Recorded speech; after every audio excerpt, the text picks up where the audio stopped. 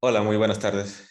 Es un placer para mí, en nombre de el Centro Médico Nacional Puebla, tener la participación del doctor Paulo Galindo, del Servicio de Nefrología del Centro Médico ICEMIM de Catepec, México, un experto en el recambio terapéutico y asimismo un creador de la aplicación Adequator. Doctor, para mí es todo un honor que nos pueda acompañar en nombre del Centro Médico Nacional Puebla. Hola, pues muchas gracias por la invitación, gracias por la presentación. Pues vamos a darle, ¿ok? Entonces, primero que nada, mis conflictos de interés, soy speaker para Baxter, pero lo más importante es que esta es la terapia que más interés, en la que más interés tengo y en donde enfoco la mayoría, la mayoría de mis líneas de investigación están basadas en recambio plasmático terapéutico. Entonces, ese es mi principal conflicto de interés. Entonces, ¿por qué es relevante para la nefrología el recambio plasmático terapéutico? Muchas veces no está como parte de los programas de nefrología.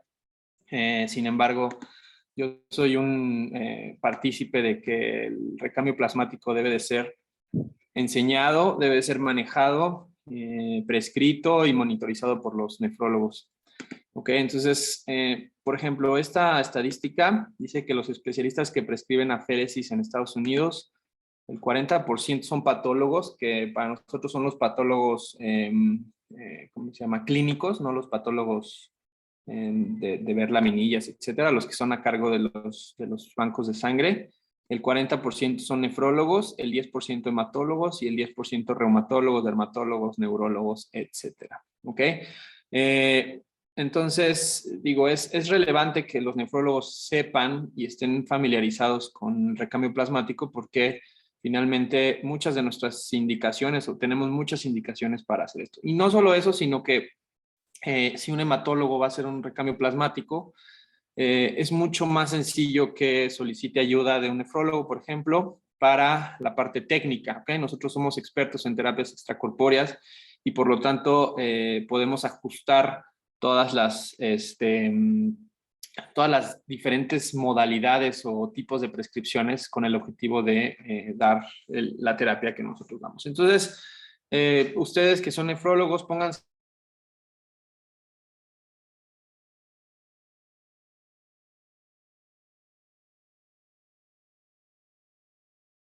terapéutico y ahora hacemos plasmáticos de todas las especialidades, ¿ok? Tenemos principalmente de neurología, algunas de reumatología, llevamos unas 3 de hematología y pues las propias nuestras, ¿ok? Entonces nosotros somos el departamento encargado de hacer los recambios plasmáticos terapéuticos en conjunto con Banco de Sangre, pero nosotros somos los que la ejecutamos, ¿ok?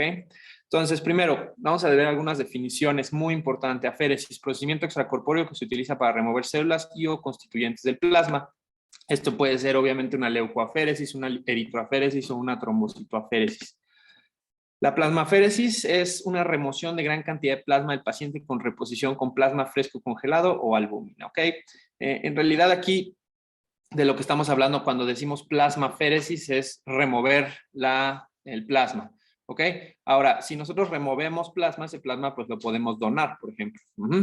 Ahora, el recambio plasmático terapéutico es la remoción de plasma y sustitución del mismo con objetivos terapéuticos. ¿Ok? Entonces, ya no nomás estamos quitando el plasma, sino que lo estamos quitando, lo estamos recambiando y esto siempre tiene un objetivo terapéutico. Entonces, la palabra correcta no es plasmaféresis, puede ser que sea la palabra coloquial o, por ejemplo, yo la uso para comunicarme a lo mejor con otros especialistas. Ellos me entienden más que yo les diga plasmaféresis a que yo les diga TPE o recambio plasmático terapéutico, pero a la hora de publicaciones, de investigación o incluso de ustedes referirse de manera correcta, deben de referirse a recambio plasmático terapéutico. Ok, entonces, ¿quiénes son las moléculas a las que estamos, de las que estamos hablando, no? Nosotros somos expertos en remover todas las moléculas, digamos, pequeñas.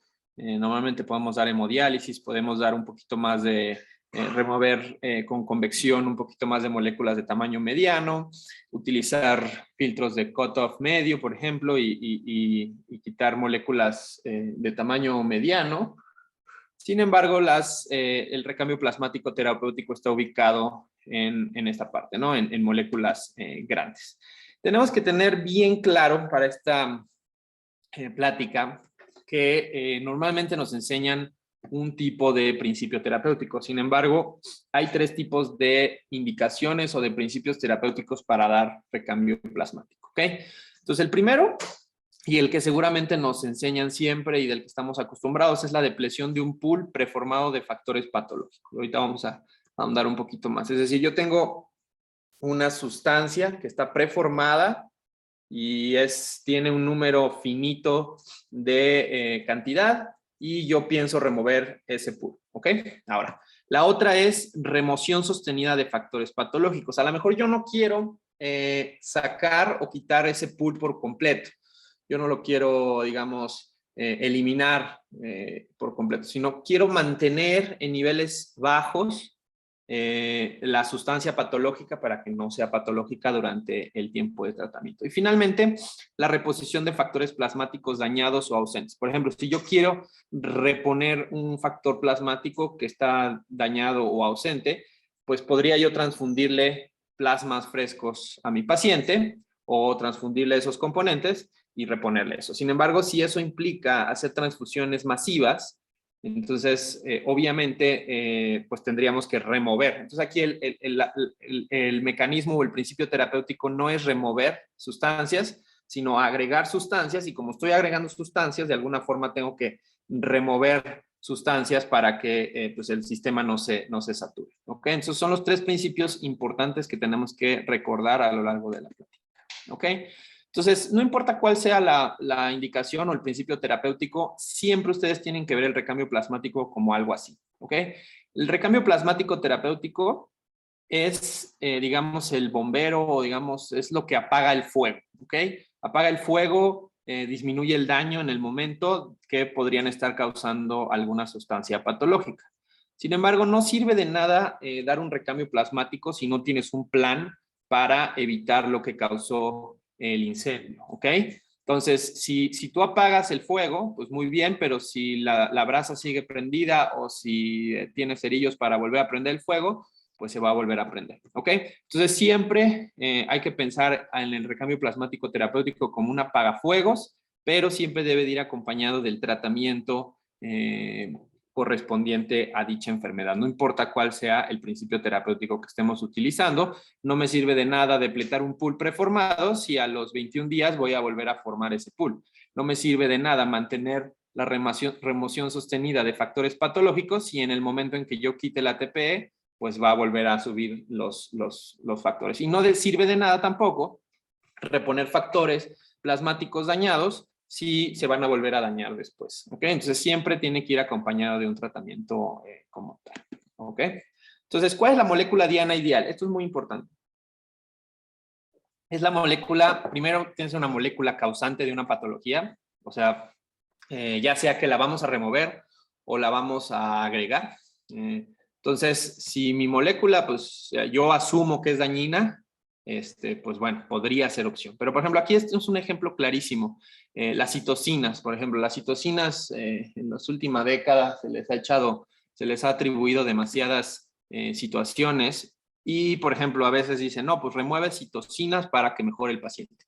Bueno, a mí no me queda muy bien claro que las citocinas sean patológicas como tal, entonces, por ejemplo, no sería del todo ideal o no cumpliría la regla número 1 de que sea una molécula ideal. Y esto se los digo con experiencia. Nosotros hicimos recambios plasmáticos terapéuticos a pacientes en COVID y pues no les hicimos nada, ni los matamos ni los salvamos, ¿ok? O sea, fue completamente fútil el tratamiento, ¿ok? Después, el peso molecular mayor a 15,000 Daltons, o sea que es una molécula grande. Si no tienes una molécula grande, pues probablemente tengas otras maneras de removerlas, ¿no? Más sencillamente. Deben de tener una síntesis lenta, especialmente si estamos hablando de remover un pool, es decir, de la primera indicación, ¿no? De la depresión de un pool preformado de factores patológicos, ¿ok? Debe tener una síntesis lenta para que mientras yo estoy removiendo, pues no se vayan formando nuevas moléculas patológicas, ¿no? Y deben de tener un volumen de distribución pequeño. Eso quiere decir que por lo menos un buen porcentaje debe de estar en el intravascular. Si no está en el intravascular, como yo estoy removiendo plasma, que está en el intravascular, pues no voy a tener remoción adecuada. ¿Ok? Esto también puede pasar o sucede con las citocinas, por ejemplo. Las citocinas tienen un volumen de distribución mayor y por más que yo los remueva del plasma, van a seguir teniendo una buena concentración en el agua corporal total. ¿Ok? Entonces, vean, por ejemplo, estas son inmunoglobulinas, albúmina, LDL y una lipoproteína B. Entonces, vean, el peso molecular de las inmunoglobulinas pues van entre 180 y 900 Daltons, ¿no? Entonces, 900,000 Daltons, por ejemplo. Entonces, son moléculas grandes que obviamente no vamos a poder remover con ninguna otra terapia más que removiendo el plasma. Entonces, pues eso cumple esa característica. Después, tienen un porcentaje intravascular considerable, es decir, están intravascularmente en el 45% de su pool total, están 45% en el intravascular y 55% en el extravascular. Eso nos dice que el volumen de distribución de estas moléculas es muy pequeño, ¿ok? Muy, muy pequeño. Es decir, la mitad del volumen de distribución está en el volumen, intravascular. Si ustedes calculan, ahorita lo vamos a calcular, pero el volumen sanguíneo, pues más o menos anda entre 3 litros, 3 litros y medio. Pues quiere decir que tu volumen de distribución son 6 litros, lo cual es nada, o sea, es un volumen de distribución muy pequeño, ¿ok? Y también tenemos una vida media larga, ¿ok? Especialmente para IgG, son vidas medias largas, entonces a mí me da tiempo de remover el pool en lo que hay nueva síntesis, o me da tiempo también de apagar la patología. Muy bien. Ahora, es muy importante recordar, esto es igual para todas las remociones que hacemos de manera extracorpórea. Nosotros no podemos dejar las moléculas en cero nunca, ¿ok? No podemos hacer esto.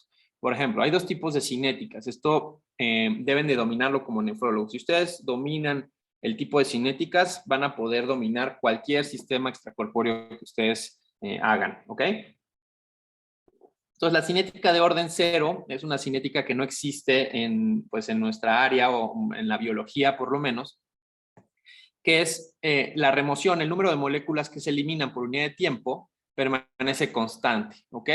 Entonces, es decir, yo siempre voy a eliminar la misma cantidad de sustancia, no importa la concentración que yo tenga de sustancias, ¿ok?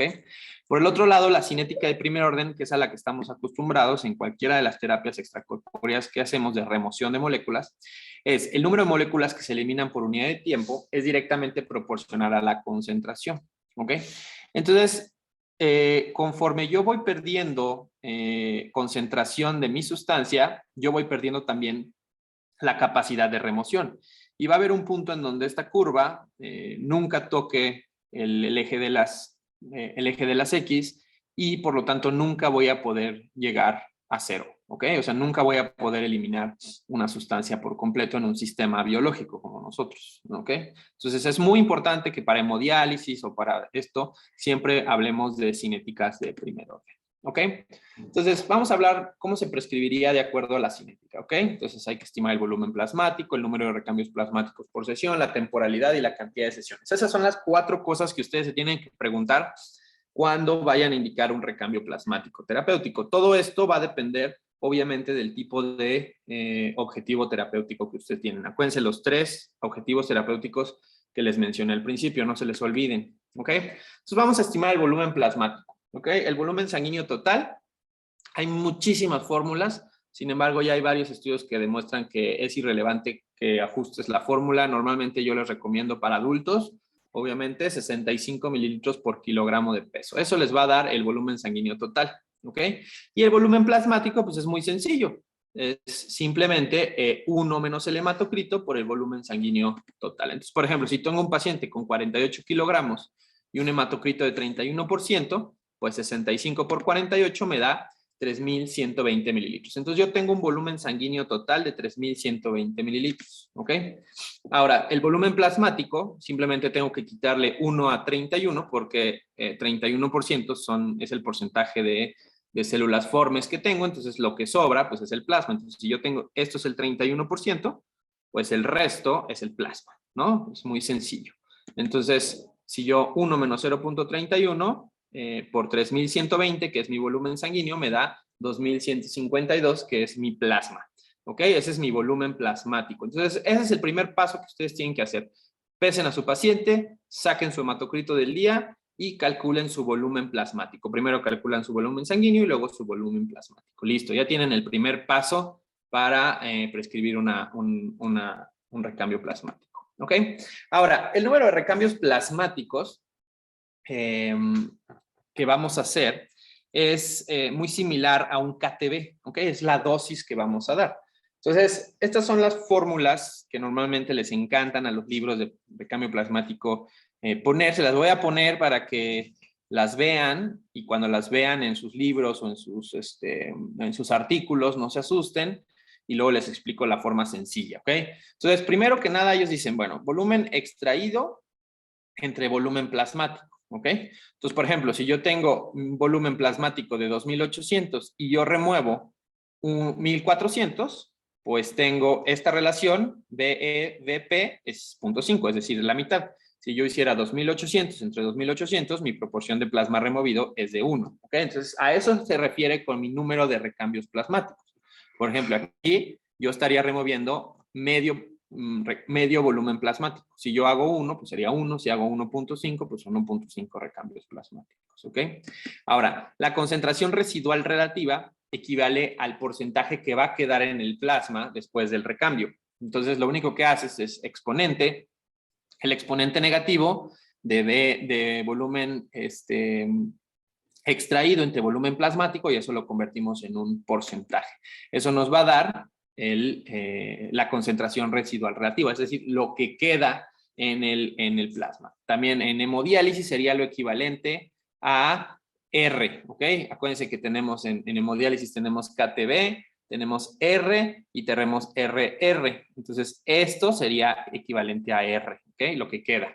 Ahora, el índice de extracción de macromoléculas, es decir, cuánto vamos a extraer, ¿no? Entonces, obviamente, concentración residual relativa y extracción de macromoléculas se compensan, o sea, deben de sumar 1, ¿ok? Entonces, obviamente, como compensan, solamente hay que hacer esto menos 1. 1 menos exponente negativo de volumen extraído entre volumen plasmático por 100 y eso nos va a dar nuestro MRR, ¿no? Que sería equivalente, por ejemplo, a un URR en hemodiálisis. Muy bien. Entonces, vamos a hacerlo un poquito más sencillo. Aquí tenemos nuestra curva de cinética de primer orden.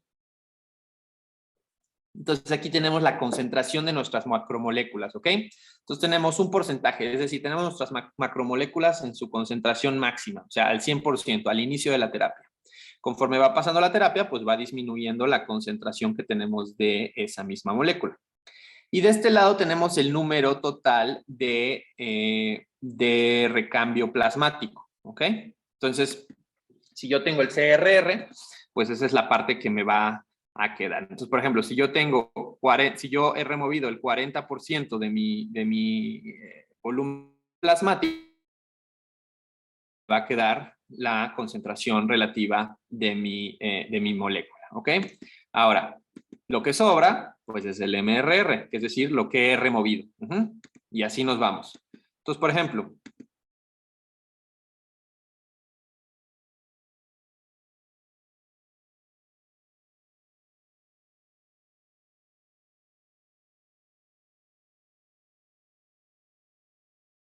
medio volumen plasmático, voy a remover el 39% de las moléculas que estoy tratando de remover.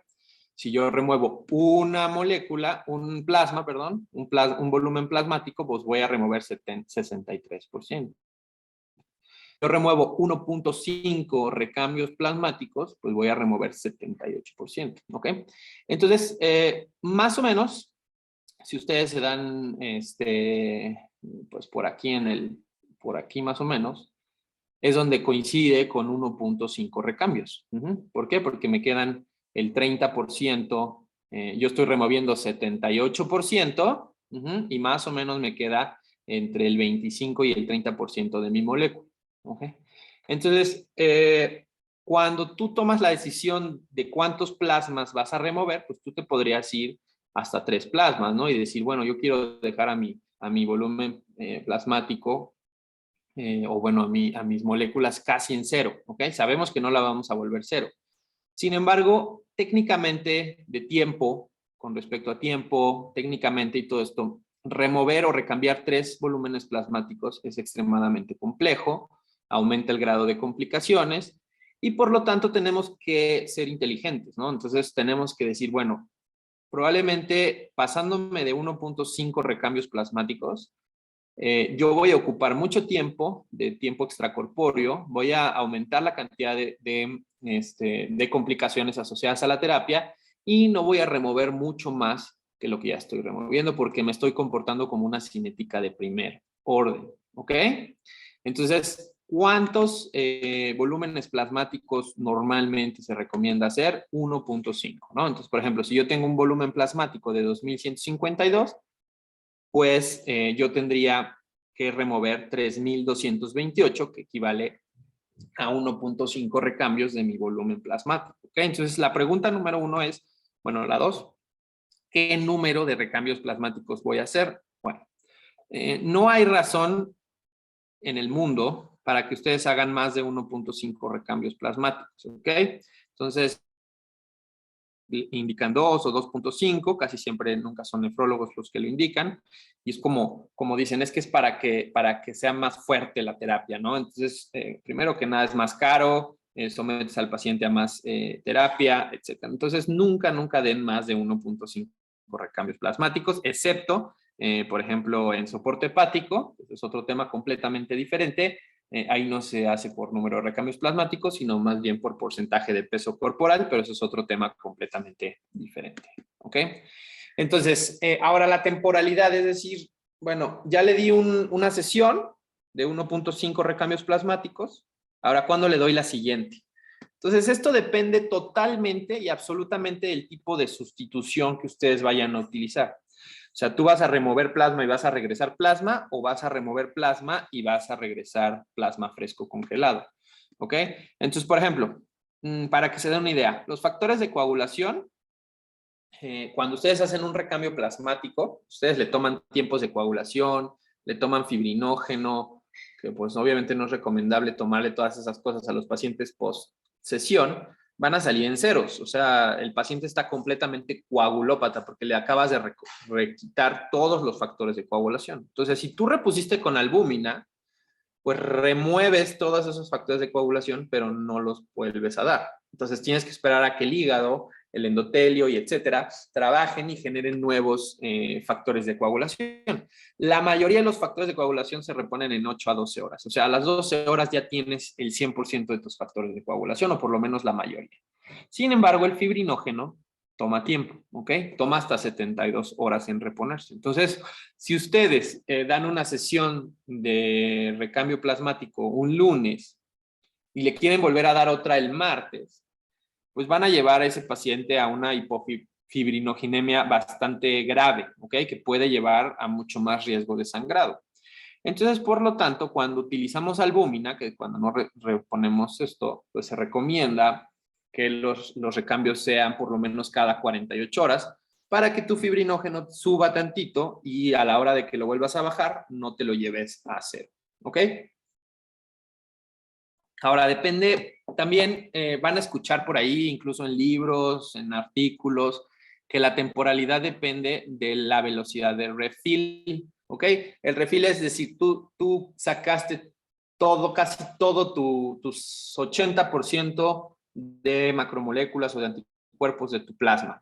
Pero entonces tienes que dejar tiempo para que el extravascular se vaya llenando para que la siguiente sesión sea más efectiva. Bueno, eso no es cierto, eso no sucede. Aquí está la curva de cinética. Esto también nosotros lo hemos demostrado en varios ensayos en donde sabemos que el refill, o sea, la cantidad de macromoléculas se hace a las pocas horas. A las 8 horas tú ya tienes tu refill casi completo. Es decir, no importa que tú te esperes 72 horas, tus macromoléculas patológicas ya van a estar completamente en repuestas. Entonces, esto es un mito o no es un mito, simplemente es un error de concepto y muchas veces se ha ido pasando de generación en generación y la gente cree que dejamos un día de descanso porque le tenemos que dar tiempo al refil. Eso no es cierto, esto está equivocado y no es la razón por la que dejamos pasar un día. Dejamos pasar un día porque tenemos que dejar que el fibrinógeno se reponga, ¿ok? Ahora, cantidad de sesiones, ¿cuántas le vamos a dar? ¿No? Dicen, pues dale 1.5 recambios cada 48 horas por 5 sesiones, ¿no? Ahora, eso va a depender, pues, finalmente de la vida media de la macromolécula, ¿ok? Si la vida media de mi macromolécula es una IgG y ya sabemos que son 21 días, pues yo tengo 21 días para reducir ese pool que yo tengo, ¿ok? Ese pool que yo tengo,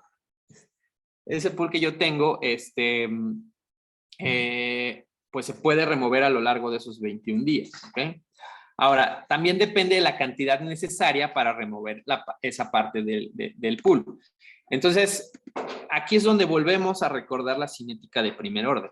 ¿Ok? Entonces, vean, esta es una terapia, ¿no? Aquí empezamos y digamos que este es el pool completo, ¿no? Entonces, yo bajo, hago mi recambio plasmático, inmediatamente tengo mi refil, va pasando esta curva, espero 2 días y vuelvo a dar una segunda sesión. Y ahora vean, ¿cómo tengo de dónde empecé? Aquí, ¿no? Y realmente en donde tengo, pues es acá. Entonces, yo he bajado esta situación de aquí a acá, lo he bajado, ¿ok? Luego doy una tercera sesión, una segunda sesión y nuevamente así, ¿no? Tercera sería 1, 2, 3 y 4. Entonces, fíjense en esta parte de aquí.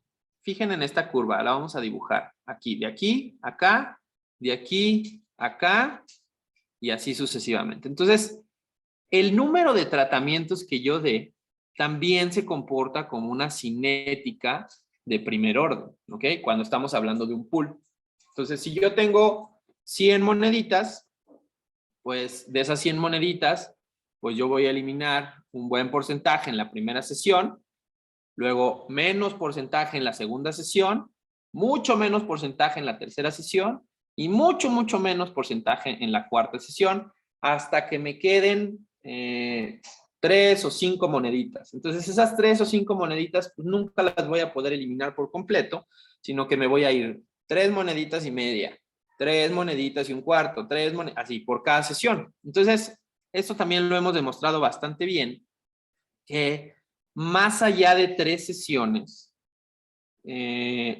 ya el beneficio o la remoción extra de ese pool de moléculas es fútil. Es decir, sí puedes bajar más, sin embargo, el costo, el someter al paciente a una terapia, el que tenga un acceso,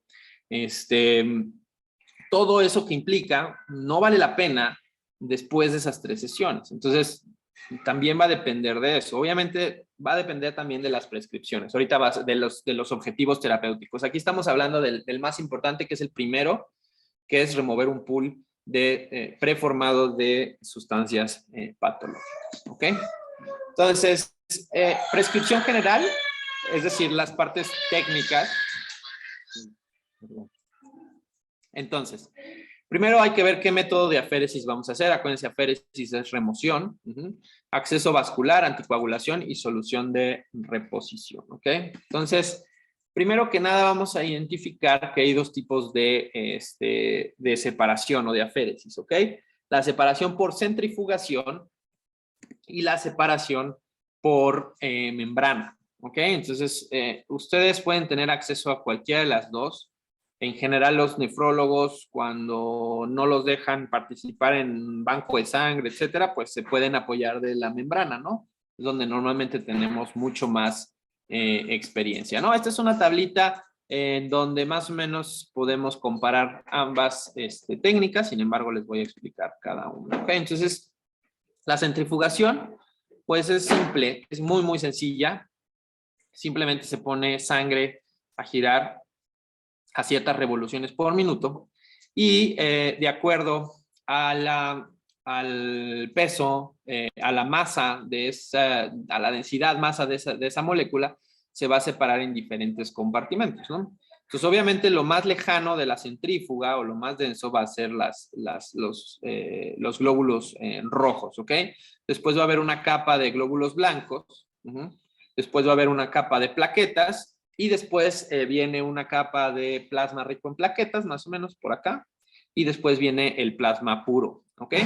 Ahora, cuando tú a una máquina de centrifugación o máquina de aféresis le pones, digamos, a diferentes niveles, le pones un método de extracción, un popotito, por ejemplo, tú vas a poder extraer diferentes cosas, ¿no? Por ejemplo, un concentrado global, un concentrado eritrocitario, puedes hacer una leucoaféresis, puedes para donación de plaquetas, una plaquetaféresis y obviamente una plasmaféresis, que es remover el plasma, ¿ok? Entonces va a depender de lo que hagas para hacerlo. Estas máquinas normalmente pueden hacer cualquiera de estas terapias, ¿ok?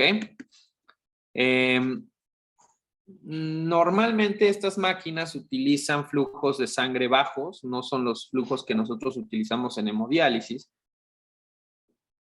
principalmente porque este tipo de máquinas, por ejemplo, esta que les estoy poniendo aquí es la máquina de Haemonetics, que es la que yo tengo en mi centro, por ejemplo, y es una máquina que hace las cosas por ciclos. Ahorita les voy a explicar, ¿ok?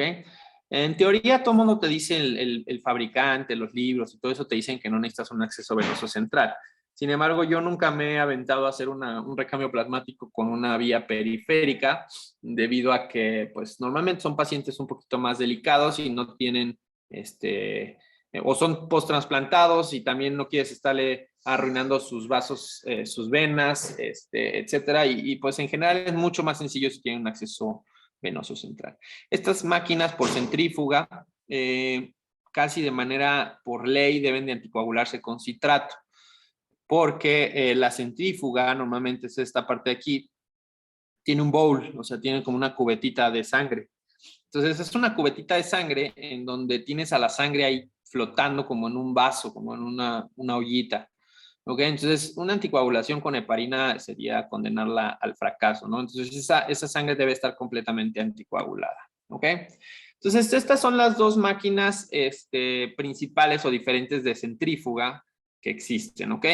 Esta utiliza solamente un lumen del acceso vascular. Por lo tanto, tiene que hacer los recambios por ciclos. Entonces, jala sangre del paciente, la procesa y después de un tiempo retorna, después de procesarla, retorna la sangre del paciente. Entonces lo hace por ciclos, ¿no? Entonces va de uno en uno, de uno en uno. Eso hace que estos métodos sean más lentos, ¿ok? Que no puedas acelerar mucho el proceso. Por otro lado, están estas máquinas que son un poquito más modernas, en donde utilizan ambas cosas, o sea, utilizan línea de entrada y línea de salida.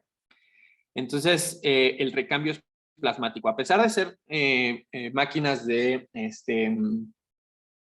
centrífuga, no utilizan ciclos, sino que el recambio es continuo. Aquí sí usas los dos lúmenes del catéter, ¿ok? Es un recambio continuo y puedes hacer recambios plasmáticos. A nuestros pacientes de COVID les dábamos con esta máquina, les dábamos 1.5 recambios y podíamos hacerlo tan rápido como en media hora, por ejemplo. En media hora le podíamos dar 1.5 recambios plasmáticos, ¿ok? Esta es una foto de las dos experiencias. Esta es la que normalmente tenemos en mi centro. También tenemos la método por membrana, que lo usamos cuando no tenemos insumos o cuando Banco de Sangre está usando la máquina y no nos las presta. Pero pues es un paciente así, o sea, viene ambulatorio, se hace su recambio plasmático. Aquí tiene su bote de TUMS, que ahorita les voy a explicar, que se tienen que estar tomando cada 20 minutos. Y este es un paciente con COVID, que le estamos dando sustitución renal con hemodiálisis y aparte por el mismo catéter le estamos dando un recambio plasmático terapéutico con una máquina de 2 lúmenes, ¿ok? Ahora, el método de aféresis por membrana, ¿ok? Esto, más que por masa, se refiere más a peso, a tamaño de la molécula, ¿ok? Entonces, lo que necesitamos es una membrana que tenga los poros suficientemente grandes para que deje pasar plasma, pero no deje pasar, por ejemplo, plaquetas, o no deje pasar, por ejemplo, glóbulos rojos, ¿ok? Entonces, estas membranas pues, son membranas especiales. Si ustedes se acuerdan de la clasificación de membranas, normalmente podemos clasificarlas en bajo flujo, en alto flujo, en high cutoff, las de medium cutoff, que serían las perdedoras de proteínas, por ejemplo, Entonces vean el coeficiente de cribado, ¿dónde está? Aquí está el KUF, vean el KUF de una membrana convencional, 10 a 20, un KUF de las membranas para hemodiálisis que utilizamos normalmente, 200 a 400, y vean el high cutoff de una membrana de alto cutoff, que sería como de 1100. Las membranas de plasma o los plasma filtros tienen casi el doble de lo de high cutoff. ¿Ok? Su coeficiente de cribado tiende a ser de 0.8 a 0.9 para albúmina, IgG, IgA, IgM y C3. ¿Ok? Y bueno, todas esas moléculas. ¿Ok? Aquí tenemos esta imagen que habla sobre coeficientes de cribado, moléculas de diferentes tamaños y diferentes filtros, ¿ok? Entonces, este es un filtro de bajo flujo. Por ejemplo, si yo tengo la creatinina, que es una molécula pequeña, pues yo sé que para este filtro y para todos los demás, el coeficiente de cribado de creatinina para este filtro y para todos es de 1, es decir, va a pasar toda, ¿ok? Por ejemplo, la vitamina B12, que es una molécula de tamaño mediano, va a tener un coeficiente de cribado más o menos de 0.7 para una membrana de bajo flujo, ¿ok? Pero para una membrana de alto flujo va a tener un coeficiente de cribado de 1. Vamos ahora con la beta-2 microglobulina. La beta-2 microglobulina, que es un poquito más grande, va a tener un coeficiente de cribado de 0.9 para una membrana de alto flujo, pero va a tener un coeficiente de cribado para moléculas, para membranas de medium cutoff, de high cutoff y obviamente un plasma filtro, ¿no? Y así nos podemos ir. Entonces vean, por ejemplo, el coeficiente de cribado de la albúmina. Obviamente, nuestros filtros de bajo flujo o de alto flujo tienen un coeficiente de cribado para la albúmina cercana a 0, ¿ok? Los de high cutoff pues tendrán una pérdida de proteínas pues más o menos del 10%, ¿ok? Y nos vamos hasta acá para el plasma filtro, pues el plasma filtro tiene un coeficiente de cribado para albúmina cercana al 1, ¿no? De 0.9. Entonces vean la diferencia que tiene un plasma filtro con respecto al resto de filtros que conocemos, ¿ok? Entonces, cuando utilizamos membrana, lo más importante que tenemos que hacer en la prescripción es vigilar la presión transmembrana, ¿ok? La presión transmembrana tiene varias implicaciones en la remoción de plasma, porque primero que nada va a ser fundamental para la vida de su filtro, porque el filtro, un plasma filtro, si no han usado uno alguna vez, cuando lo usen van a ver que se saturan muy rápido, o sea, es un tiempo, es una saturación de no salida, o sea, ya se te saturó y se va a coagular o se va a arruinar ese filtro, ¿no? Entonces, cuando la presión transmembrana sube, va a subir y normalmente nos va a causar hemólisis, porque tenemos tanta presión transmembrana que los eritrocitos van a empezar a querer pasar a través de esa membrana y se van a destruir. Obviamente no queremos hemólisis y aún así, pues el filtro se va a saturar por completo, ¿ok? Normalmente te recomiendan que el flujo sanguíneo sea mayor a 50 mililitros minuto, idealmente entre 100 y 150, y la remoción de recambio plasmático por aféresis sí es necesario, por lo mismo del filtro, del flujo sanguíneo, sí es necesario utilizar un acceso venoso central. Ahora, estoy hablando de un acceso venoso central, no de un catéter venoso central, ¿eh? Estoy hablando de un catéter de alto flujo para hemodiálisis, ¿ok? Un acceso venoso central como un central no va a servir de nada porque es muy delgado y muy largo, ¿ok? Entonces vean, esta es una curva de presión transmembrana, ¿ok? Y esta es la cantidad que yo estoy filtrando por minuto, ¿ok? Entonces 10, 20 y 30 mililitros por minuto. Si yo normalmente sobrepaso estos 30 mililitros minuto, que más o menos,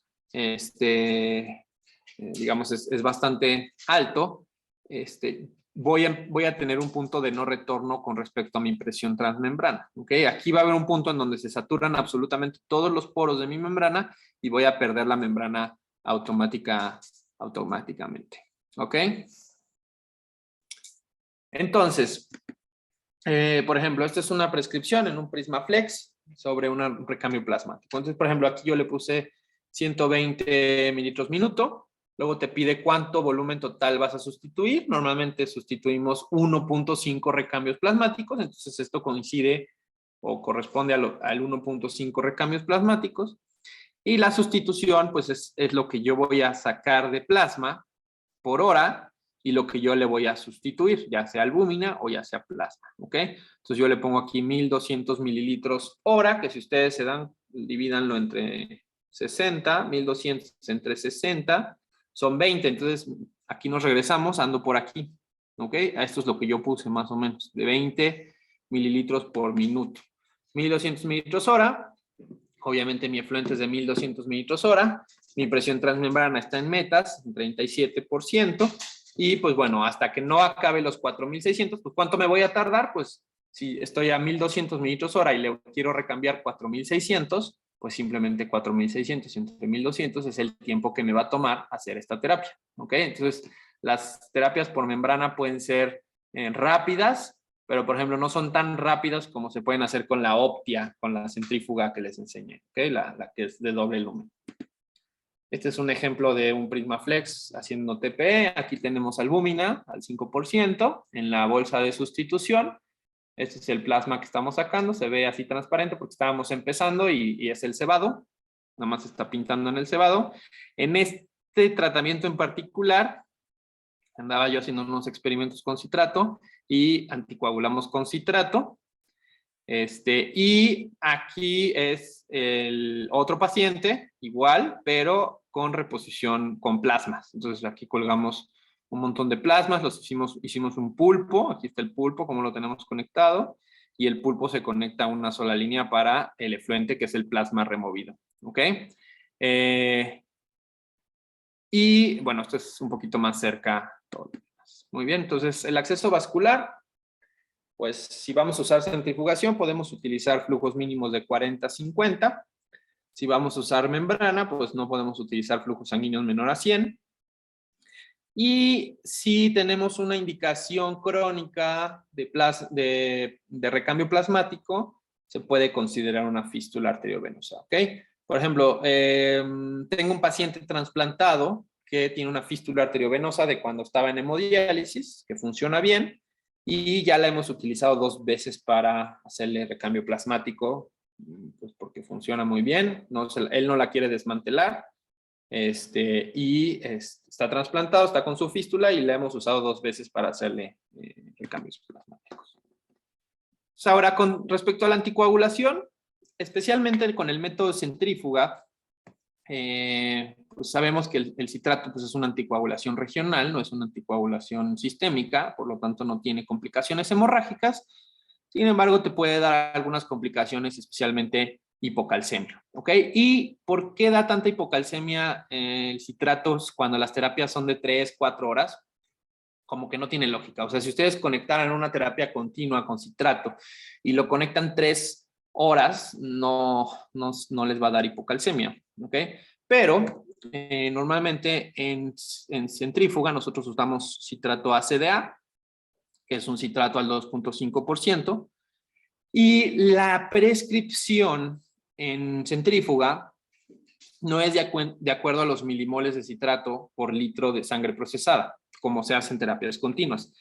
Digamos que en terapias continuas somos un poquito más finos con la dosificación del citrato. En TPE es como más, digamos, burda la prescripción, y ellos prescriben, o no es que tú prescribas, es que tú le pones a la máquina, te va a pedir una relación sangre procesada. Entonces, por cada mililitro de sangre, por cada, digamos, 10 mililitros de sangre procesada, tú vas a pasar 1 mililitro de ACDA, ¿ok? O por cada 16 mililitros de sangre procesada, tú vas a pasar 1 mililitro de ACDA, ¿ok? Entonces es más burdo, no está hablando sobre concentración de citrato en sangre, etcétera, pero las máquinas siempre te van a pedir valores así, no te van a pedir que le pongas mililitros minuto, mililitros hora, sino te van a pedir la relación sangre-citrato, ¿ok? Y para que se den una idea, la dosis que utilizas va de 7 a 12 milimoles por litro. En terapias continuas, si saben, la dosis, pues las dosis recomendadas van desde 2 milimoles por litro hasta 6 milimoles por litro. Yo en mi vida he utilizado 6 milimoles litro para anticoagular una terapia continua. O sea, es demasiado. Y estas, si yo le pongo 1 a 16, que es normalmente lo máximo que me deja ponerle a la máquina de recambio plasmático, la estamos dando a 7 milimoles por litro. Entonces, es mucho citrato. Y pues los pacientes pues hacen hipocalcemia por eso, ¿ok? Entonces, digo, yo de manera general, no importa cómo sea, siempre pongo la relación más grande que me permite la máquina. Normalmente he visto que no te dejan más de 1 a 16, ¿ok? Y bueno, de heparina no hay mucho que hablar. Normalmente pues se los recomendaría que la usaran en terapias de membrana, especialmente. Sí se puede usar citrato en terapias de membrana, sin embargo, tendríamos que tener ACDA disponible para la membrana y eso a veces es un poquito, es técnicamente complicado. El ACDA no lo venden excepto a los bancos de sangre, ¿ok? Entonces tendrías que ponerle citratos diluidos y los citratos diluidos generan problemas técnicos a la hora de dar una terapia de 3 horas. Entonces, en general les recomiendo heparina para membrana. ¿Ok? Ahora, ¿qué solución de reposición vamos a usar? Pues hay dos tipos, albúmina, plasma fresco congelado o la mezcla de ambos. ¿Ok? Entonces, solución de reposición para plasma fresco congelado, pues obviamente requiere una compatibilidad AB. Ya tiene citrato el plasma, entonces si tú le estás pasando 12 o 7 milimoles por litro de citrato al paciente y aparte le estás reponiendo citrato por la sustitución, pues obviamente todavía va a tener más citrato el paciente, puede hacer más hipocalcemia, ¿ok? Hay mayor riesgo de infección, pero pues tienes ventajas, repones factores de coagulación, entonces como vimos podrías dar las terapias diario, porque como no pierdes fibrinógeno, pues las podrías dar alios y puede tener efectos terapéuticos en ciertas indicaciones, ¿ok? ¿Qué indicaciones particulares hay para reponer con plasma? Pues obviamente la púrpura trombocitopénica trombótica, la PTT, que esta es la indicación precisa de usar plasma, ¿ok? Prácticamente esa sería la única indicación como patología. Una coagulopatía preexistente, es así, si te acalambra un poquito que el paciente está coagulópata y le vas a hacer un recambio plasmático, pues le puedes poner tantito plasma, ¿ok? Si tu fibrinógeno pretratamiento, no el post-tratamiento, sino el pretratamiento está menor a 125, podrías reponer por lo menos un 25% de tu sustitución con plasma fresco congelado para no llevar al paciente a una hipofibrinogénemia grave, ¿ok? Y pacientes que vayan a tener riesgo de sangrado, que los vas a meter a una cirugía, por ejemplo, y entonces, pues no quieres que estén completamente coagulópatas para la siguiente, para el evento de cirugía, ¿no? Entonces, por ejemplo, una vez hicimos una desensibilización, entonces dimos la primera sesión, se iba a trasplantar y dimos la primera sesión con albúmina, la segunda sesión la dimos 50% de albúmina, 50% de plasma, la tercera sesión la dimos 100% con plasma y el paciente se trasplantó al siguiente día, ¿ok?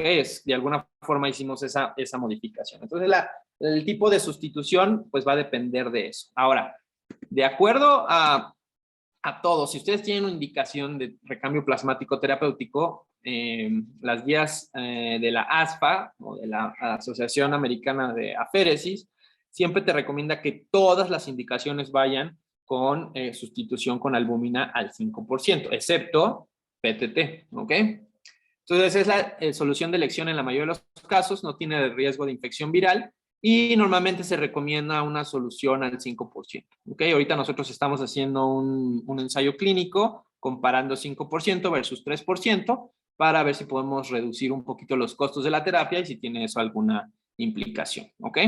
Es más caro, obviamente, no repone factores de coagulación y su vida media van entre 24 y 36 horas, ¿no? Especialmente para el fibrinógeno. Entonces, si ustedes van a reponer con albúmina al 100%, como debería de ser, de acuerdo a estas guías, pues tendrían que darle la terapia cada 48 horas, ¿ok? Ahora, si están en un escenario en donde la albúmina es muy cara y su plasma lo pueden conseguir mucho más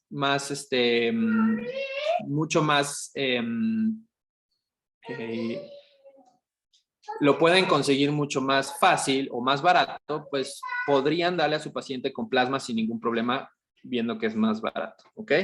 En manera particular, o sea, en hospitales privados es más caro reponer con plasma que reponer con albúmina, ¿ok? Nada más para que tengan ese dato. Entonces, bueno, ¿cómo hacemos una reposición? ¿Cómo hacemos una albúmina al 5%? Pues es una reglita de 3, no hay mucha ciencia, ¿ok? Entonces, si tenemos una solución al 20%, que vienen 50 mililitros, pues si sale el 20%, pues tiene 10 gramos de albúmina, todos esos 50 mililitros. Si yo quiero, por ejemplo, que en un litro haya 50, que en 1000 mililitros haya 50 gramos de albúmina para que sea al 5%, pues voy a tener que aforarle, por ejemplo, 5 frascos al 20%, porque 5 frascos van a tener 50 gramos, ¿ok? O si yo quiero hacer una nada más de medio litro, pues voy a tener que aforar 2.5 frascos al 20%, porque esos van a tener 25 gramos de albúmina, ¿ok? Entonces, simplemente son reglas de 3, no hay mucha ciencia, no creo que ustedes les tengan que explicar cómo preparar una albúmina al 5%, es muy sencillo, y si tienen una al 25%, pues simplemente hay que sustituir este 10 por 12.5 y punto, ¿no? No tiene mucha ciencia, ¿ok? Ahora, esto es importante. Con esto también pueden ahorrar un poquito. Si su paciente está estable, digamos, no está inestable hemodinámicamente, ustedes podrían obviar los primeros 500 mililitros de la terapia y darle o reponerle con soluciones cristaloides, ¿ok? Es decir, no tienen que reponer el 100% de su volumen planeado con albúmina. Y eso obviamente también va a reducir el costo. Entonces vamos a hacer una prescripción, bueno, vamos a hacer 3 prescripciones en los 3 diferentes escenarios. Tenemos una mujer de 56 años, 70 kilogramos y un hematocrito de 35%. Trasplante renal donador cadavérico en septiembre del 2016. Tiene anticuerpos de novo, son estos. Le haces una biopsia renal y tiene un G2, un PTC2 más C4D negativo y un Fiat de 10%. ¿Ok? Entonces obviamente necesitamos apagar el fuego, ¿no? Entonces, para apagar el fuego le vamos a dar bolos de metilprednisolona, le vamos a dar recambio plasmático terapéutico y aparte inmunoglobulina después de las sesiones y para, digamos, tratar la enfermedad o la producción de más anticuerpos, vamos a darle rituximab, ¿ok? Entonces, estamos ante un escenario de una depresión de un pool preformado de factores patológicos, ¿ok? Entonces tenemos 70%, 70 kilos, 35 de hematocrito. Entonces 70 por 65 debe de dar eso. No me acuerdo, pero debe de dar eso. El volumen plasmático pues va a ser esto menos el hematocrito, 3185. Decidimos darle 1.5 recambios plasmáticos y por lo tanto tenemos que programarle 4.778 mililitros. Decidimos que le vamos a reponer con albúmina, porque así no lo recomiendan que todas las prescripciones sean repuestas con albúmina al 5%. Ahora, con respecto a la temporalidad, como voy a dar albúmina, decido que va a ser cada 48 horas con el objetivo de que remueva el fibrinógeno se recupere un poquito. Y el número de sesiones totales, como les dije, por lo menos en nuestro centro y en nuestro grupo, lo que hacemos es que no damos más de 3 sesiones porque sabemos que después de la tercera sesión el beneficio es mínimo y pues hay más gasto, hay más complicaciones, etc. Entonces decidimos darle 3 sesiones, ¿ok? Ok, entonces ahora vamos con otro caso, igual 56 años, 70 kilogramos, hematocrito de 35, tiene una hemorragia alveolar y lesión renal aguda y tiene anticuerpos antimembrana basal glomerular. Entonces le vamos a dar bolos de metilprednisolona, le vamos a dar ciclofosfamida y le vamos a dar TPE. Ahora, acuérdense que los anticuerpos antimembrana basal glomerular son anticuerpos extremadamente mórbidos, ¿ok? Además de que se producen de manera muy rápida, tienen una síntesis, una vida media muy corta y se producen muy rápido, ¿ok? Entonces nuestro objetivo no es remover un pool, porque remover un pool nunca lo podríamos lograr dándole una terapia convencional, ¿ok? Entonces aquí nuestro objetivo es más bien una remoción sostenida de factores patológicos. Yo quiero tener los niveles de anticuerpos antimembrana basal glomerular en valores bajos, con el objetivo de que demos tiempo, que ya no hagan daño, y mientras estar dando medicamentos inmunosupresores para detener la producción de estos anticuerpos, ¿ok? Por lo tanto, esto va a ser exactamente igual, le vamos a dar 1.5 recambios, vamos a reponer con albúmina, y la temporalidad puede ser cada 24, cada 48 horas, especialmente si llevo un control adecuado de mi fibrinógeno, ¿ok?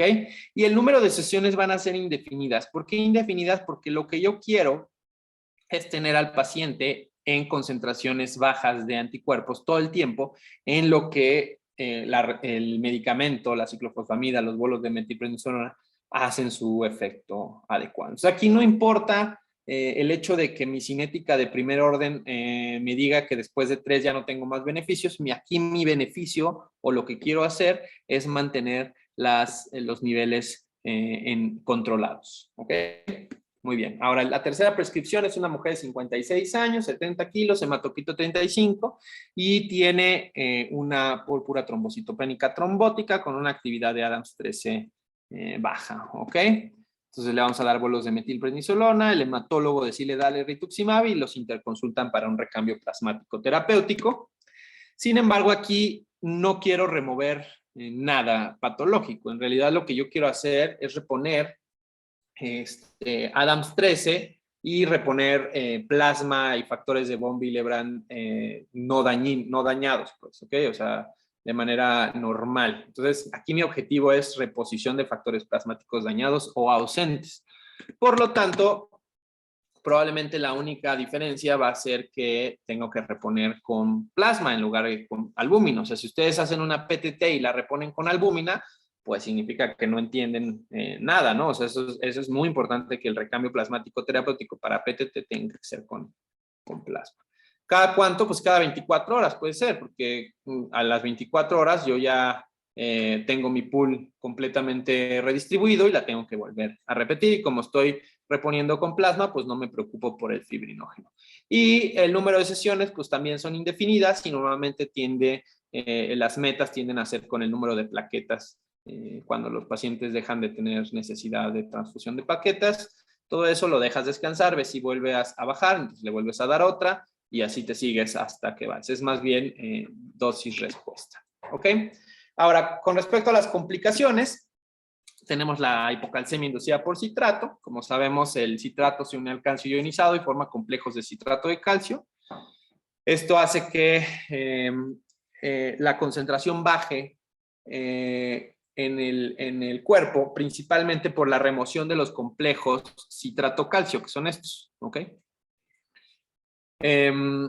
Normalmente, esto no son horas, perdón, el hígado no metaboliza el citrato en aproximadamente 1.5 horas, lo metaboliza más o menos en 5 minutos. No sé por qué puse ahí 1.5 horas, pero en 5 minutos ustedes ya tienen su citrato, otra vez libre, se convierte en bicarbonato y se libera el calcio, ¿no? Entonces, en realidad, la hipocalcemia sucede por la pérdida de complejos citrato-calcios en el efluente o en el plasma removido, ¿ok? Normalmente se puede evitar con 10 mililitros de gluconato de calcio al 10% por cada 1000 mililitros de solución de reposición, ¿ok? Entonces, si le van a sacar 3 litros de reposición, de sustitución, pues le van a poner cada hora o lo que tarden en esos 1000, le vas a pasar 10 mililitros de gluconato de calcio. Y lo que nosotros hacemos pues, es que les damos calcio oral, ¿ok? Normalmente yo les digo que se tomen que mastiquen o chupen un Tums cada 20 minutos y durante la terapia y pues listo, con eso es suficiente. No necesitas hacer más. La alcalosis metabólica inducida por citrato es raro verla con citrato porque son terapias cortas, pero prácticamente lo que pasa es que los complejos citrato-calcio se metabolizan en el hígado en calcio y el citrato se convierte en alcalosis metabólica. ¿Ok? Una de las cosas más importantes del recambio plasmático pues, es la remoción inadvertida de medicamentos. ¿Ok? Entonces, casi siempre hay que tratar de dar los medicamentos después de la terapia de recambio plasmático terapéutico. ¿Okay? Algunos anticuerpos monoclonales pues en realidad no es que se remuevan, o sea, si ustedes se lo ponen un lunes y le pueden dar su recambio plasmático, pues el martes, el miércoles sin ningún problema. Sin embargo, si se lo das en ese momento, o sea, si le estás administrando el rituximab y le estás dando el recambio plasmático terapéutico, muy probablemente no vas a dejar que se distribuya y se va a eliminar la mayoría de en pacientes críticos, que es cuando, por ejemplo, dimos a los pacientes con COVID, teníamos mucho cuidado con esto, especialmente para los antibióticos con volúmenes de distribución bajo, porque se podían remover importantemente por la terapia. ¿Ok? Hipocalemia, puede haber algo de reducción de potasio post-tratamiento. Esto es porque, pues, hasta cierta forma estamos removiendo, así como removemos moléculas de tamaño grande, pues en ese pequeño volumen de distribución, pues también estamos removiendo moléculas de tamaño pequeño, ¿ok? No son tan raras. Complicaciones hemorrágicas y de manera anecdótica, las reacciones anafilácticas asociadas a IECAS, especialmente cuando se utilizaba método de membrana con membranas cargadas negativamente. Esto en teoría todavía sigue vigente para las membranas que son a base de AN69. ¿Ok? Entonces, cuando usen membranas de AN69, tienen riesgo de anafilaxis, no importa para el tratamiento que sea, no nomás para plasmaferes, sino cualquier terapia sustitutiva. Si ustedes usan una membrana de AN69, pueden hacer una reacción anafiláctica al utilizar concomitantemente IECAS. ¿Ok? Ahora, ¿a quién le damos recambio plasmático terapéutico? Bueno, afortunadamente la Sociedad Americana para Aféresis tiene unas guías que saca cada 3 años. Las últimas que tenemos disponibles son en el 2019. Ya el próximo año, en teoría, en 2023, deberían de salir las siguientes. Y ellos clasifican a todas las indicaciones de aféresis en general, no nada más plasmaféresis o recambio plasmático terapéutico, sino todas las indicaciones de aféresis y las categorizan en 4 tipos de grados. ¿Okay? Entonces, la categoría 1 se refiere a que es la primera línea de tratamiento de forma independiente o junto con otra cosa. ¿Ok? La categoría 2 es que es un tratamiento de segunda línea cuando no tienes disponible la primera línea o la primera línea no funcionó. Y la categoría 3, pues en realidad no se ha definido bien si sirve o no sirve y la decisión debe de ser individualizada. Y la categoría 4, pues es la que no quieres, es la de decir, este paciente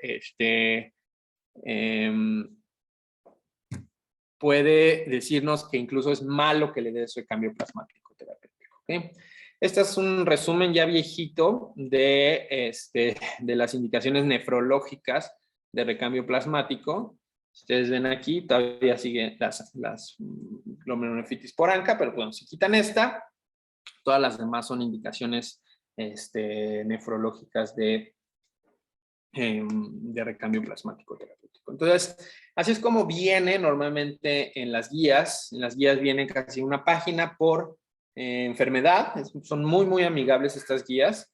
Y, por ejemplo, viene aquí antimembrana basal glomerular, ¿no? Te dice su incidencia, te dice qué procedimiento vas a hacer. Entonces, por ejemplo, te dice si eres en diálisis dependiente y no tienes hemorragia alveolar, pues tu categoría es 3, es decir, deberías de pensar o individualizar, ¿ok?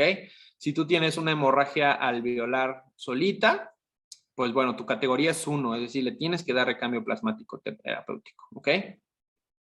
Si eres diálisis independiente, pues también tu categoría es 1, es decir, es de primera instancia, ¿no? Aquí te dice el grado de evidencia, entonces, por ejemplo, te dice cuántos estudios clínicos aleatorizados hay. Aquí te dice cuántos estudios clínicos hay, cuántos estudios clínicos como observacionales, etcétera. ¿Ok? Te dice el tipo de que vas y te dice cómo darla, ¿no? Entonces te dice volumen a tratar de 1 a 1.5 plasmas por recambios de números plasmáticos. Te dice que utilices albúmina o plasma cuando hay hemorragia alveolar. Obviamente, si hay hemorragia alveolar, te recomiendan que utilices plasma. Y te dicen que hagas diario o cada otro día, dependiendo si estás usando albúmina o si estás usando, ¿cómo se llama? Albúmina, ¿ok? Y aquí te dice la continuidad, pues por lo menos mínimo 14 sesiones, ¿ok? Pues acuérdense que esta indicación no es remover un pool, sino es mantener los anticuerpos bajos, ¿ok? Este es para síndrome hemolítico urémico, si se dan cuenta, tiene varias categorías. Por ejemplo, si es por factores del complemento, mutaciones del factores del complemento, pues es una categoría 2, es decir, de segunda línea. Si tienes si tienes anticuerpos contra el factor H, pues es indicación grado 1. Y si tienes otras mutaciones, pues es incluso contraproducente dar, ¿no? Entonces, ¿para cuál es? Para anticuerpos factor H, 1 a 1.5, y te recomiendan que sea, ya sea con albúmina o con plasma. Te dicen que diario, y te dice diario por 5 días, 5 sesiones por semana, por 2 semanas, o 3 sesiones por semana por 3 semanas, ¿ok? Eso sería como lo típico. Para trasplante renal, tenemos desensibilización, igual albúmina o plasma, diario o cada otro día. Y pues bueno, para el rama normalmente te recomiendan 5 a 6 sesiones. Esto de la desensibilización diaria hasta que las pruebas cruzadas sean negativas y mínimo 3 sesiones post-trasplante. Nosotros, por ejemplo, no damos más de 3 sesiones por la información que ya les mencioné. Igual, focal y segmentaria recurrente. Estos son pacientes que a veces están de manera crónica en recambio plasmático terapéutico y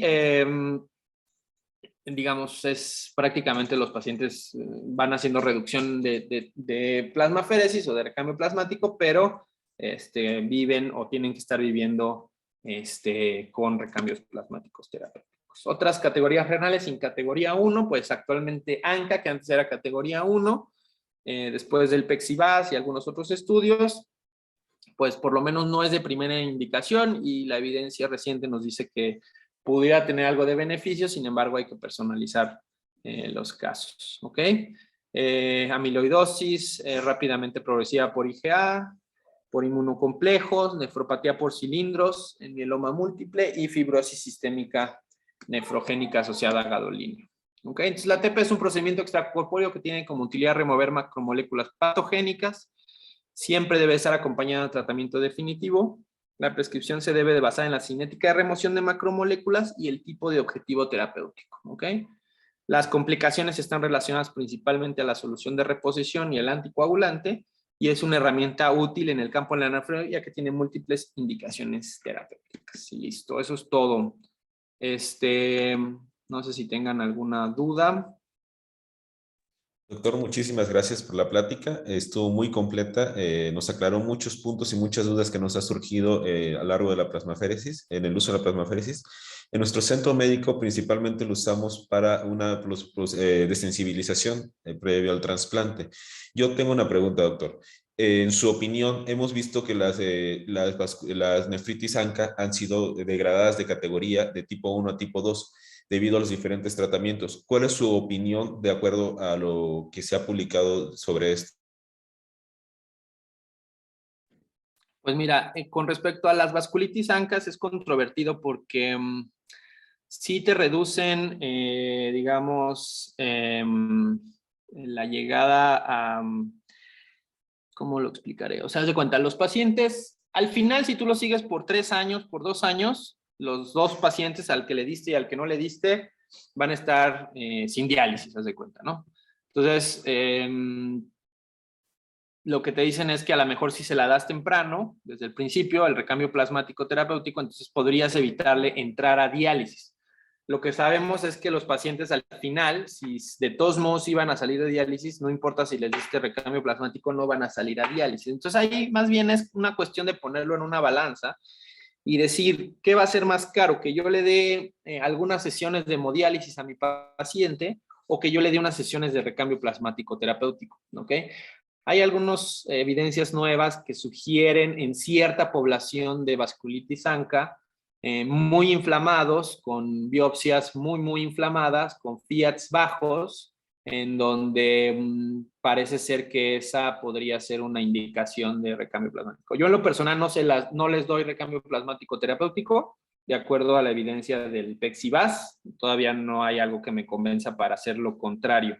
Sin embargo, no criticaría yo que alguien quisiera salvar a su paciente con un recambio plasmático terapéutico. No es nada criticable que se le dé recambio. Yo personalmente a mis pacientes con vasculitis y con lesión renal aguda no les doy recambio plasmático terapéutico. O sea, prefiero que entren a hemodiálisis, que estén a lo mejor unos meses en hemodiálisis y luego salen de la hemodiálisis.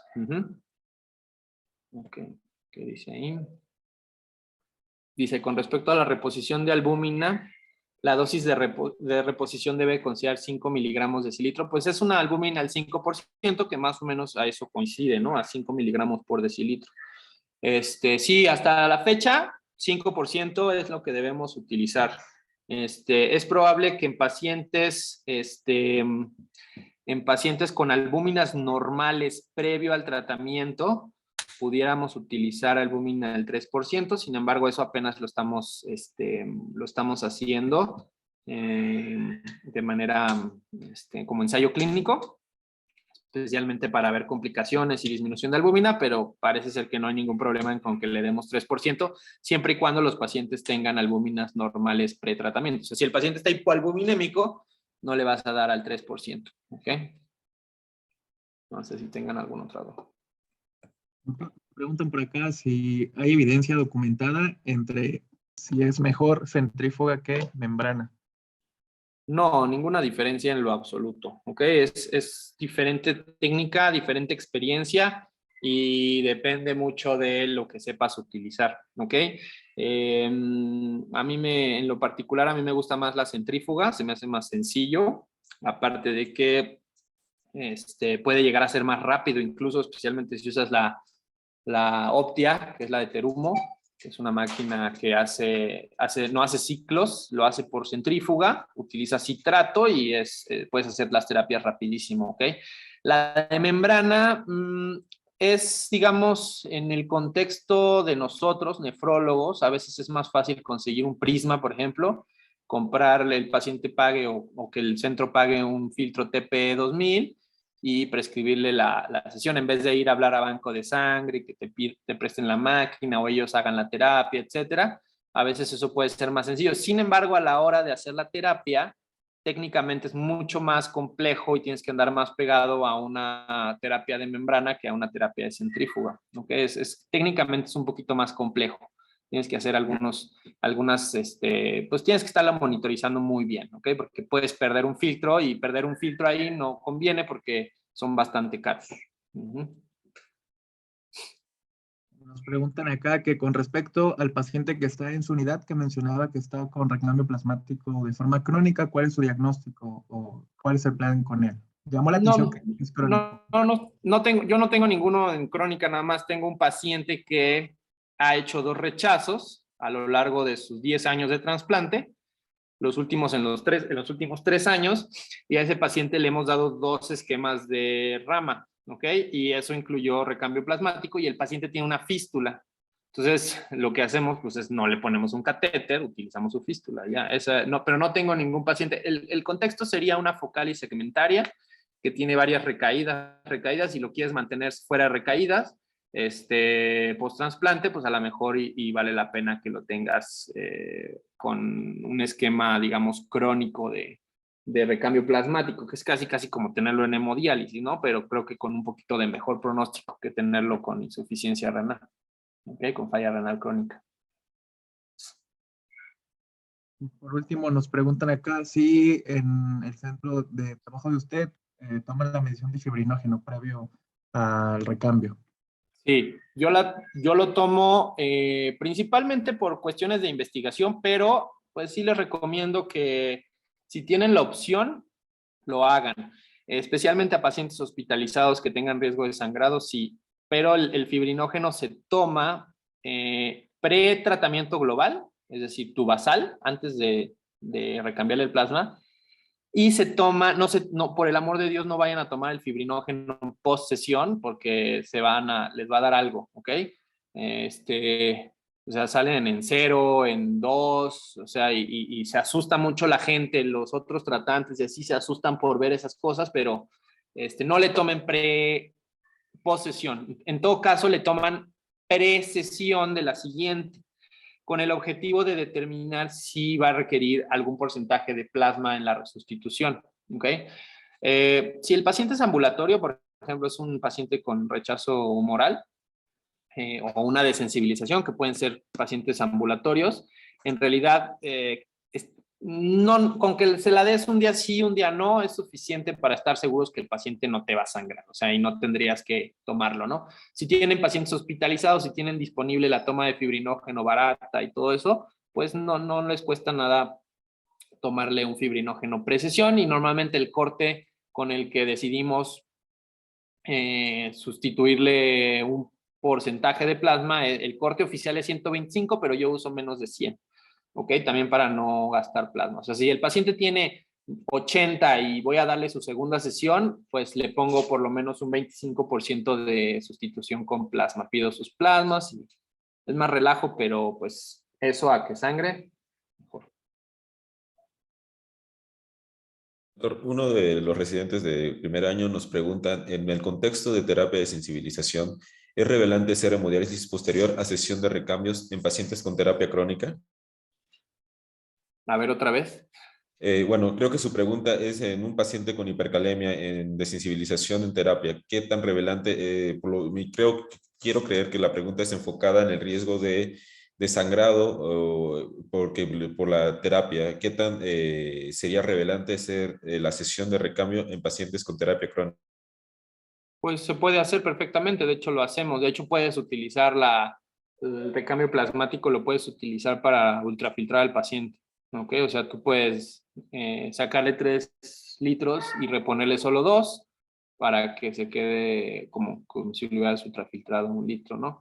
No tiene mucho efecto sobre la remoción de urea y sobre la remoción de potasio porque, nada más para que se den una idea, una hemodiálisis remueve, pues una hemodiálisis convencional te va a hacer una depuración aproximadamente de unos 40, 50 litros, más o menos, que eso equivaldría pues a un KTB de 1.5, pues sería 1.5 veces el volumen al agua corporal total. Si tienes un volumen de agua corporal total de 20 litros, pues 1.5, pues serían como unos 35, 40 litros, y con un recambio plasmático, pues le estás dando 4 litros. Entonces, para moléculas de tamaño pequeño, el recambio plasmático se queda muy, muy corto, ¿ok? Obviamente estás removiendo esos 4 o 3 litros que estás removiendo, pero no se comparan contra una terapia de hemodiálisis que te va a depurar 40 litros. ¿Vale? Doctor, preguntan aquí si hay evidencia o hay algo reportado sobre recambio plasmático y embarazo. Pues ahorita no te lo tengo a la mano, pero debe de haber alguna indicación que lo haga. O sea, no hay ninguna contraindicación para hacerle a una embarazada recambio plasmático. Más bien tendría que tener un diagnóstico que salga en esa lista del ASFA. Bajen esa guía, está muy buena, si no la tienen. Es la guía de la ASFA, ahorita está en la 2019 y está muy sencilla. O sea, lo hicieron muy práctico. Ponen una lista de enfermedades y en la lista te dice qué categoría es y luego te dice qué página está la lista y te da una pequeña revisión bibliográfica justificándote el por qué, cuántas sesiones, etcétera, y abajo te da las recomendaciones de cómo hacerla. O sea, la verdad es que está extremadamente sencillo saber si un paciente tiene indicación o no tiene indicación y de cómo hacerla incluso, ¿ok? Ya las modificaciones pues serían de acuerdo, de acuerdo experto, o sea, que tú digas, pues a mí me late que menos así o más así, pero ahí está muy, muy claro en las guías. Es extremadamente sencillo seguir esas guías al pie de la letra, porque obviamente como no es una sola especialidad, se extiende a lo largo de muchas especialidades: hematología, neurología, dermatología, inmunología, nefrología, o sea, es decir, hay muchísima variedad de especialidades. Entonces, en realidad, pues uno se vuelve experto en lo suyo, ¿no?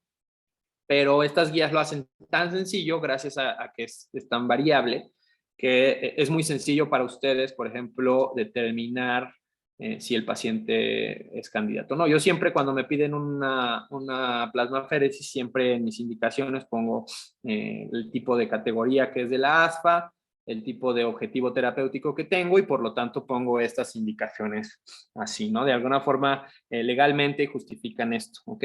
Nada más para que sepan, en México legalmente los que prescriben recambios plasmáticos son los hematólogos, ¿ok? Así como nosotros somos legalmente los que prescribimos hemodiálisis, los hematólogos es lo que dice la norma oficial mexicana. Entonces, siempre que, si lo van a hacer en la priva, por ejemplo, siempre asóciense con un hematólogo. Ellos no lo saben hacer, entonces de todos modos les conviene.